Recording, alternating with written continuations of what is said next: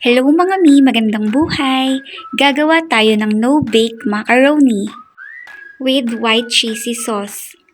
Tara at simulan na natin gumawa ng no-bake macaroni with white cheesy sauce.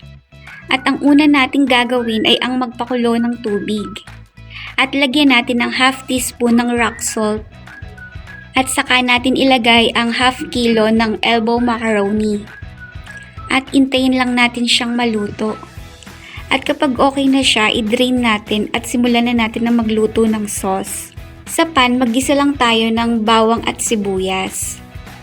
At pagkatapos nating maigisa ang bawang at sibuyas, isunod na natin ang ground beef. Mga 1/4 na ground beef lang yan mga mi. At haluin na natin. At nung kumulo na siya, ay nilagyan ko ng 1 tablespoon ng vinegar. Pangontra sa lansa. At sinunod ko na ang mushroom at ang hotdog. At nilagyan ko din siya ng 1 tablespoon ng sugar. At nilagyan ko rin ng pamintang durog at salt. At pagkatapos kong mailagay ang mga seasonings, ay sinunod ko nang ilagay ang spaghetti sauce. At pagkatapos nating mailagay, ay haluin lang natin.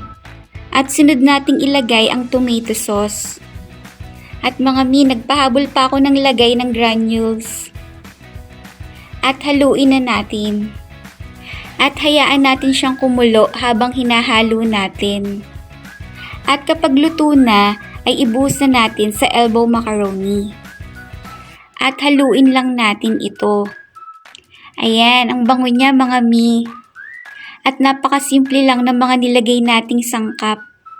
At pagkatapos nating mapaghalo ang sauce sa macaroni, ay magawa na tayo ng cheesy sauce. Kalahating cheese lang yung ginamit ko. At 125 ml na all-purpose cream. At 360 ml na evaporated milk. Sa pan na hindi nakabukas ang apoy, ilagay na natin ang 360 ml na evaporated milk. At isunod nating ilagay ang all-purpose cream. At haluin. At ang isunod nating ilagay ang 2 tablespoon ng cornstarch. At haluin lang mabuti habang hindi pa nakabukas ang apoy. Hanggang sa matunaw ang cornstarch. At kapag tunaw na ang cornstarch ay buksan na natin ang apoy sa medium heat. At naglagay lang ako ng granules. At sunod kong inilagay ang niyad-yad na cheese. At haluin lang nating mabuti hanggang sa mag-thickens na siya. At kapag naging ganito na ang kanyang consistency, ay okay na. At pwede na natin siyang ipang-topping sa ating macaroni. At naglagay lang ako ng garnish on top. At luto na ang ating no-bake macaroni with white cheesy sauce. Mga ang sarap talaga niya, napaka-creamy ng lasa niya. At yes, pwedeng-pwede natin siyang ipanghanda sa mga okasyon. At hindi rin naman ganun kamahal ang ginamit nating sangkap. At mga dito ko nilang tatapusin ang aking video. Maraming salamat sa mga nanood.